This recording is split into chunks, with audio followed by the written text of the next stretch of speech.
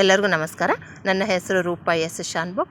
ಇವತ್ತು ನಾನು ನಿಮಗೆ ಪೌಷ್ಟಿಕವಾಗಿರ್ತಕ್ಕಂಥ ರಾಗಿ ದೋಸೆಯನ್ನು ಮಾಡೋದನ್ನು ತೋರಿಸ್ಕೊಡ್ತಾ ಇದ್ದೇನೆ.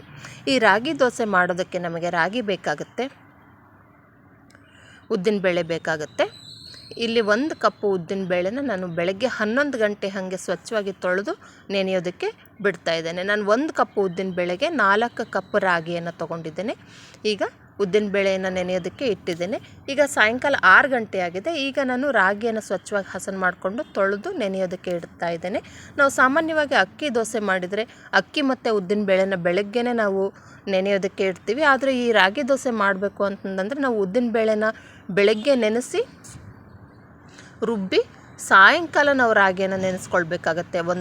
7ರಿಂದ 8 ಗಂಟೆ ಹಾಗೆ ನೀವು ರಾಗಿಯನ್ನು ನೆನೆ ಇಟ್ಟರು ಸಹ ಬರುತ್ತೆ. ಈಗ ಸಾಯಂಕಾಲ 7 ಗಂಟೆ ಆಗಿದೆ. ನಾನು ರಾಗಿಯನ್ನು ನೆನೆಯೋದಕ್ಕೆ ಇಟ್ಟು ನಾನು ಉದ್ದಿನಬೇಳೆನ ರುಬ್ಬೋದಕ್ಕೆ ಹಾಕ್ಕೊಳ್ತಾ ಇದ್ದೇನೆ. ಈಗ ಉದ್ದಿನ ಹಿಟ್ಟು ನುರ್ತಾಗಿದೆ. ನಾನಿಲ್ಲಿ ಒಳಕಲ್ಲಲ್ಲಿ ರುಬ್ಕೊಳ್ತಾ ಇದ್ದೇನೆ. ನೀವು ಬೇಕಿದ್ರೆ ಗ್ರೈಂಡ್ರಿಗಾದರೂ ಹಾಕ್ಕೋಬೋದು ಅಥವಾ ಮಿಕ್ಸಿಗಾದರೂ ಹಾಕ್ಕೋಬೋದು. ನೀವು ಹೇಗೆ ದೋಸೆ ಹಿಟ್ಟನ್ನು ಹೇಗೆ ನೀವು ರುಬ್ಬಿ ತಗೊತೀರೋ ಅದೇ ಥರ ಈ ಉದ್ದಿನಬೇಳೆಯನ್ನು ರುಬ್ಬಿ ತಗೊಳ್ಬೇಕಾಗತ್ತೆ. ಈಗ ಉದ್ದಿನಬೇಳೆ ನುರ್ತಾಗಿದೆ. ನಾನು ಪಾತ್ರೆಗೆ ತಗೊಳ್ತಾ ಇದ್ದೇನೆ. ಪಾತ್ರೆಗೆ ತಗೊಂಡು ಇದನ್ನು ಫರ್ಮೆಂಟೇಷನ್ ಆಗೋದಕ್ಕೆ ಇಡ್ತಾ ಇದ್ದೇನೆ. ಈಗ ಬೆಳಗ್ಗೆ ಆಗಿದೆ. ಈಗ ನಾನು ನೆಂದಿರ್ತಕ್ಕಂಥ ರಾಗಿಯನ್ನು ತಗೊಂಡು ನಾನು ರುಬ್ಬಿ ಇಟ್ಕೊಂಡಿದ್ದೇನೆ.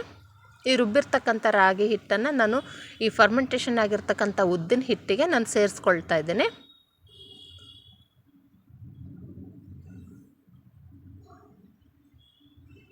ಸೇರಿಸ್ಕೊಂಡು ಚೆನ್ನಾಗಿ ಕೈ ಆಡಿ ಇದಕ್ಕೆ ಉಪ್ಪು ಮತ್ತು ಸೋಡಾ ಪುಡಿ ಹಾಕಿದರೆ ದೋಸೆ ಹಿಟ್ಟು ಸಿದ್ಧವಾಗುತ್ತೆ. ಈಗ ಉಪ್ಪು ಮತ್ತು ಸೋಡಾ ಪುಡಿ ಸೇರಿಸ್ಕೊಂಡಿದ್ದೇನೆ. ಇಲ್ಲಿ ಹಂಚು ಕಾದಾಗಿದೆ. ಇದಕ್ಕೆ ನಾವು ಹೇಗೆ ಅಕ್ಕಿ ದೋಸೆಯನ್ನು ಹಾಕ್ಕೊಳ್ತೀವೋ ಅದೇ ಥರ ಈ ರಾಗಿ ದೋಸೆಯನ್ನು ಸಹ ನಾನು ಹಂಚಿನ ಮೇಲೆ ಹಾಕ್ಕೊಳ್ತಾ ಇದ್ದೇನೆ.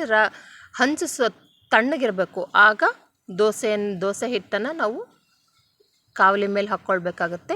ಈಗ ದೋಸೆ ಹಿಟ್ಟು ಹಾಕಿದ್ದೀನಿ. ಇದನ್ನು ಸ್ವಲ್ಪ ಹೊತ್ತು ನಾವು ಮುಚ್ಚಿ ಬೇಯಿಸೋದ್ರಿಂದ ರಾಗಿ ದೋಸೆ ಬೇಗ ಬೇಯುತ್ತೆ.